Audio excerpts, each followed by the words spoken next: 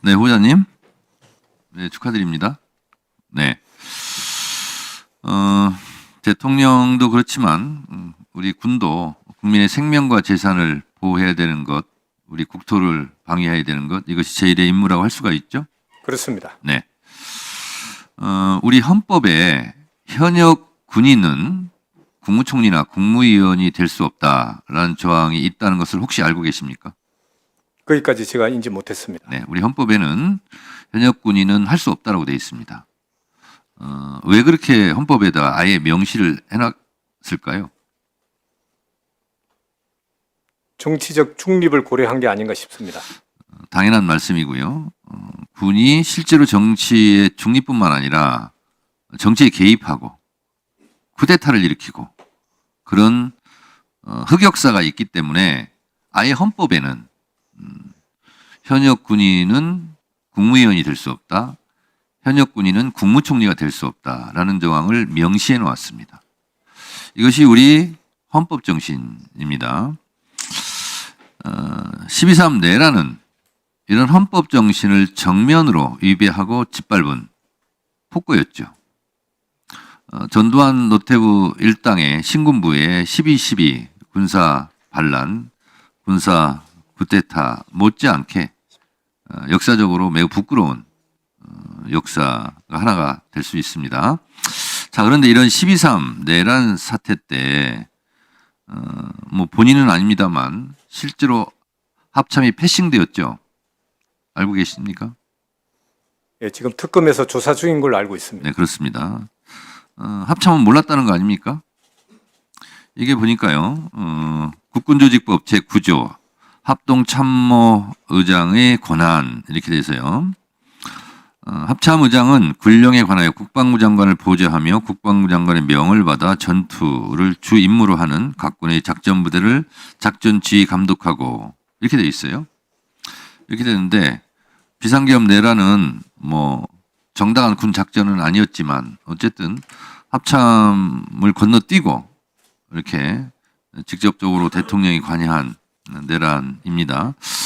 이 결과 군의 사기가 많이 저하되고 군에 대한 불신이 있는 것은 본인도 알고 계시겠죠? 그렇습니다. 이 군의 명예 회복과 군의 사기 진작을 위해서 특별한 보관이 있습니까? 제가 가장 중요하게 생각하는 게 비상계엄을 통해 우리 군이 다시 국민들께 신뢰받을 수 있는 방법, 또 우리 군 내부에 싸워 이길 수 있는 방법에 대해서 지금 고민을 하고 있고 여러 가지 방안에 대해서 의장으로 취임하면은 네. 시행을 할 수 있도록 하겠습니다. 제가 지난번 국방위에서 국방부 장관에게 12.3 비상계엄 내란에 부하 수행한 군인들만 있었던 것이 아니고 부당한 명령을 거부했던 참군인도 있다. 그리고 대표적으로 수방사의 조성현 대령을 제가 얘기한 바가 있고 오히려 그런 군인들에 대해서는 포상해야 되는 거 아니냐 이렇게 얘기를 한 바가 있습니다. 그래서 그 조성현 대령에 대해서는 아마 국방부에서 상을 줄 모양입니다. 알고 계십니까? 네, 언론을 통해서 인지했습니다. 네. 저는 그런 군인들이 있었다는 것이 그나마 다행이고 군의 신뢰를 높이는데 공헌을 한 그런 참 군인들이다 이런 생각이 좀 듭니다. 지금 윤석열 내란 우두머리는 지금 내란뿐만 아니라 외환죄로도 앞으로 수사를 받을 것 같은데 그거에 대한 대표적인 것이 평양 무인기 작전이거든요.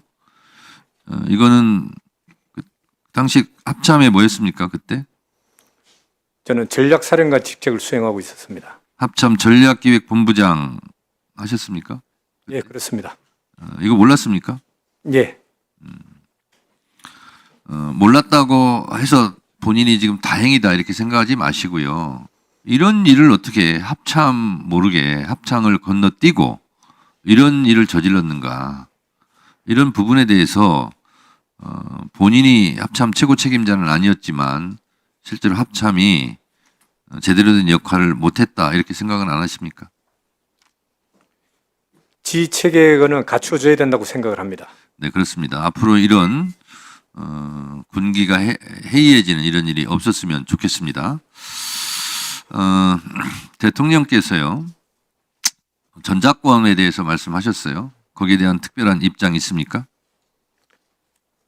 전작권 전환은 추진돼야 되고 또 거기에 관련된 것은 추진하기 위한 조건을 충족하기 위해서 군에서도 한미 간에 긴밀하게 협조하고 노력하고 있다는 말씀을 드리겠습니다. 네, 제가 알고 있기로 전작권 전환을 한다면 여러 가지 복잡한 여러 가지 준비해야 될 사항들이 있는 것 같습니다. 그래서 그런 부분은 합참에서 할 일이 있다면 그런 부분은 미리미리 잘 챙겨뒀으면 좋겠습니다. 예, 그리고요, 남북 간의 합의는 지켜져야 됩니다.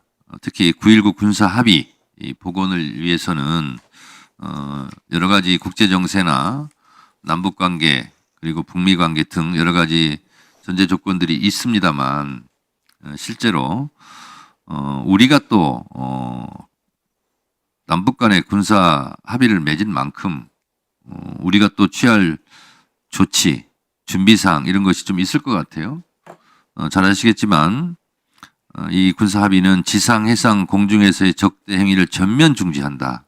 물론 이제 상호성은 있습니다만 실제로 북한을 자극하거나 또 북한과 이 합의했던 내용을 우리 스스로 어겨서 오히려 빌미를 주는 일은 우리가 하지 않는 것이 좋겠다. 이렇게 생각을 합니다. 동의하시죠?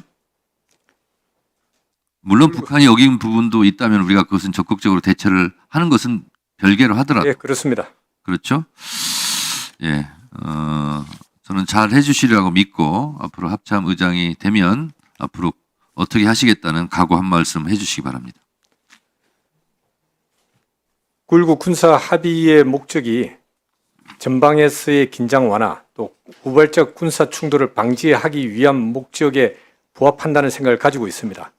그래서 군사 합의 간에 우리 군이 대비태세가 문제가 생기거나 공백이 생기는 것은 또 우리 국민들이 불안해할 수 있기 때문에 이런 부분을 잘 고려해서 부족함 없이 군사 합의가 유지될 수 있고 전방에서의 긴장이 완화될 수 있는 노력을 같이 하겠습니다.